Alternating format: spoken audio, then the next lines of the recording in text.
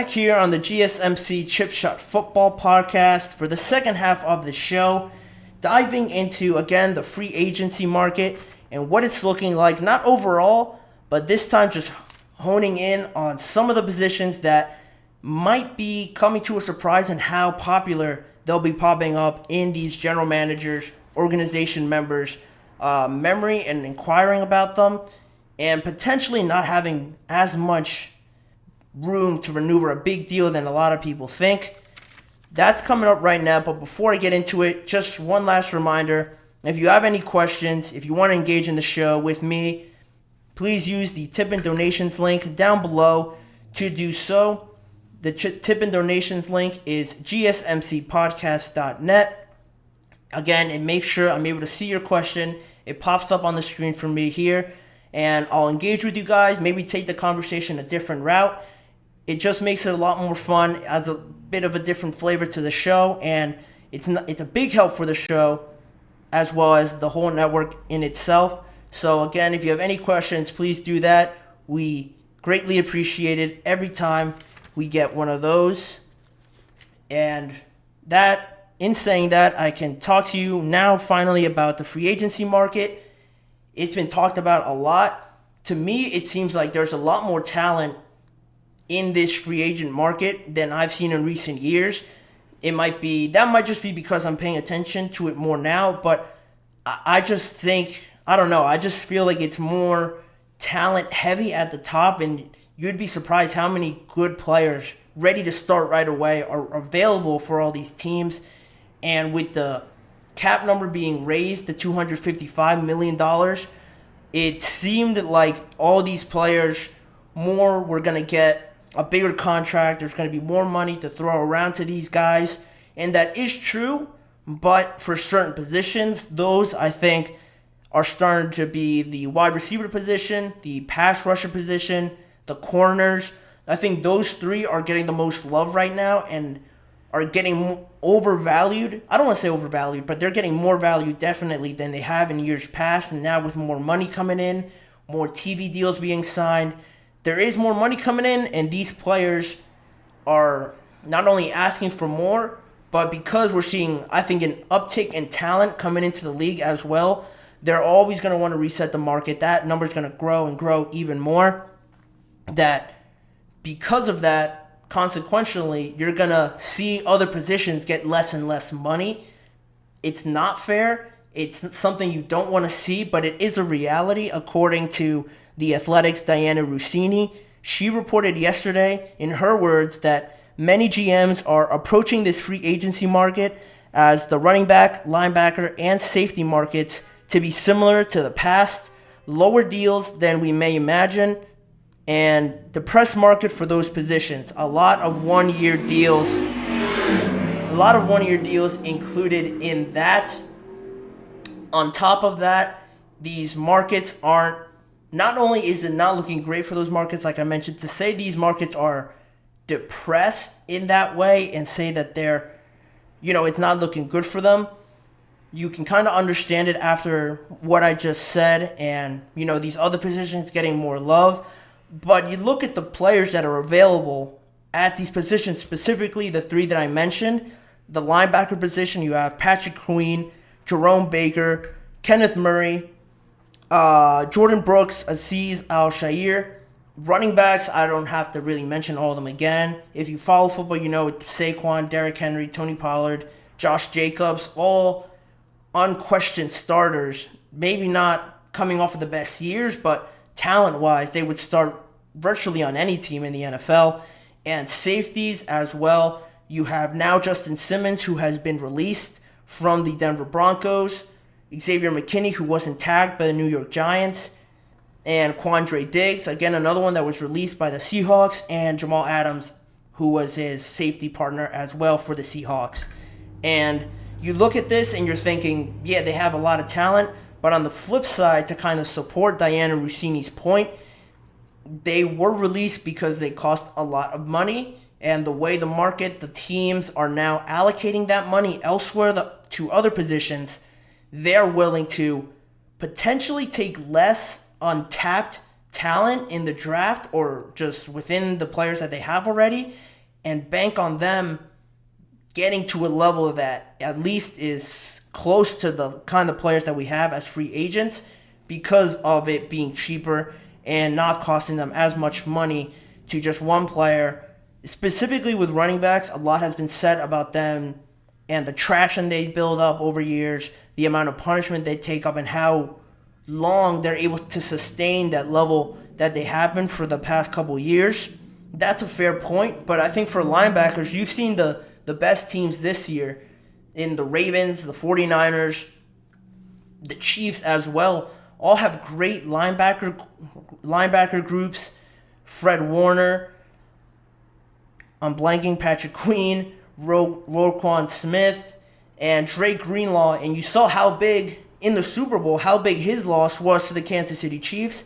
A freak accident, but once he stepped out, you saw Travis Kelce get going a bit more. Their offense opened up a lot for the Kansas City Chiefs, and the 49ers defense really couldn't do too much to answer it because of Drake Greenlaw going out. And it was very sad to see him like that, very unfortunate to have that happen to him. But I just think that you could just take that example on top of other examples that support the idea that linebackers don't just grow on trees, basically. You can't just get them in every draft because every draft doesn't have a Roquan Smith, a Fred Warner, a Patrick Queen, who, again, was right next to Roquan Smith, and they were arguably the best tandem in the NFL. They led that Ravens defense all the way to the AFC Championship, and they didn't get it done, but it wasn't because of their defense. Their defense held the Kansas City Chiefs for the majority of that game.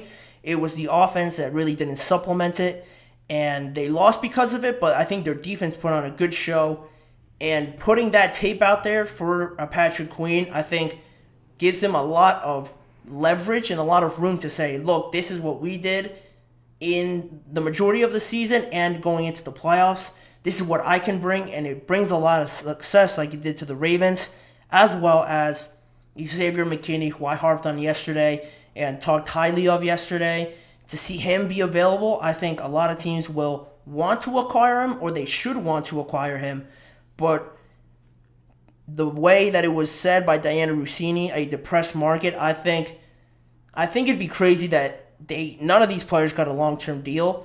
I expect them to, but I just think it'll take a lot longer than a wide receiver, a pass rusher, a defensive back to get a deal. I think those positions are going to be the first to go in the free agent market. We have seen already some players being signed.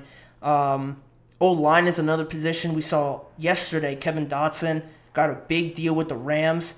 I think it was 3 years, $46 million for Kevin Dotson, who just only had his best year last season, but because organizations value that a lot more, he got a lot more money, and quickly even too, because free agency hasn't really started officially, but he got it right away because of being an O-lineman.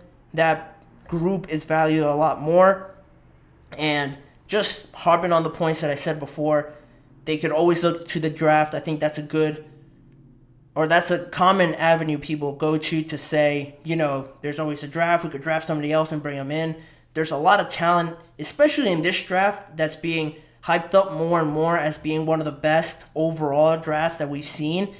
Just top to bottom in every position group, I think there's a lot of good players. I won't argue that, but personally, I think I still would take any of these guys that I mentioned over risking on a younger player that I might not know pan out and could bring a whole other group of problems potentially with them. With these guys, you kind of know most of them that I mentioned are established players. There's not very much young players. Everyone's looking for their first big deal for the most part, and I think just that experience, seeing them successful in the league, would make me still favor them in a way. And another thing that I was thinking about with the linebackers and the safeties, I think the league is trending more. I don't have to bring up the idea that this league, the NFL, is trending more towards offense, favoring the offense, not touching the quarterback, more points on the board. Everyone wants to see it. It drives the TV ratings up. And because of that, I think it's starting to change how people view defensive players specifically. Defensive coordinators, teams in general, have to find a way to combat all the motions on the offensive line, the fast players, the smartness from these offensive coordinators. And I think with linebackers and safeties, a lot of times we see those positions being interchangeable. You see safeties dropping down closer to the box and almost lining up as a linebacker. And the linebacker, when he comes in, might be a little bit too light in weight, so he'll transition into a safety. And that was already going on, but now with the league being more fast-paced, all moving parts on the offense, I think teams are starting to see those positions be so interchangeable and be so less value being put on, oh, you're a purebred linebacker, you're big, you can hit hard, you can stop the run, you can cover decently well.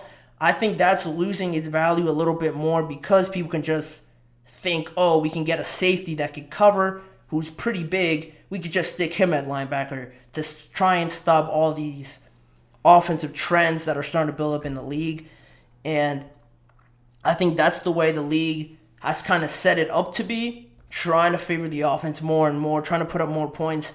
They're really hindering the defense a lot, and these positions specifically from not only getting big deals, but from, getting seen as less valuable, not as important, and very interchangeable, which I don't believe it to be true, but I think that's the way the league has kind of set it up to be because they want to see more points, they want to see more offense, and fans want to see big plays on both sides of the ball. But offensively, if you see a 10-0 game at half, no one's going to tune into it, and that's obviously bad for the NFL.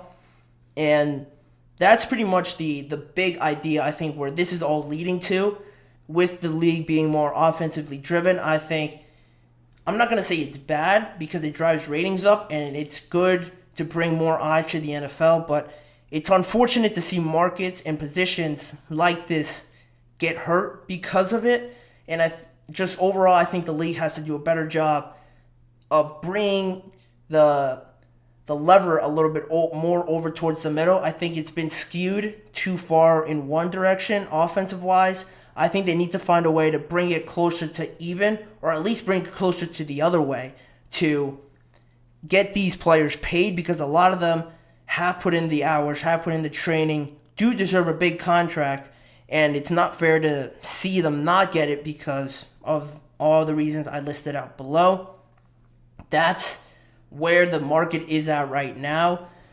Some players are older, like Bobby Wagner. He's still a good player, but he is older. It'll be interesting to see what kind of contract he gets just because he's older. He's still a decent linebacker, but, the market is the way it is right now, as well as how teams draft them in the NFL draft, how high some of these positions go for the Ravens because they're missing a linebacker now, the Broncos because they don't have their safety. How high are they willing to draft these guys in the draft to supplement them losing a Justin Simmons or a Patrick Queen? A lot of questions, not too many answers right now, and hopefully this changes for the better of these positions going forward. But in the meantime, I'll leave it at that, and I'll transition into the last break of this show. On the other side of that break, I'll talk more about Chris Sims and what he had to say about the quarterback rankings that he has built over really the top 6 quarterbacks, the ones that are always brought up in the news. Where does he have Caleb Williams? Where does he have Drake May on those rankings? If you don't know, stick around and find out later after this break on the GSMC Chip Shot Football Podcast. Don't go anywhere.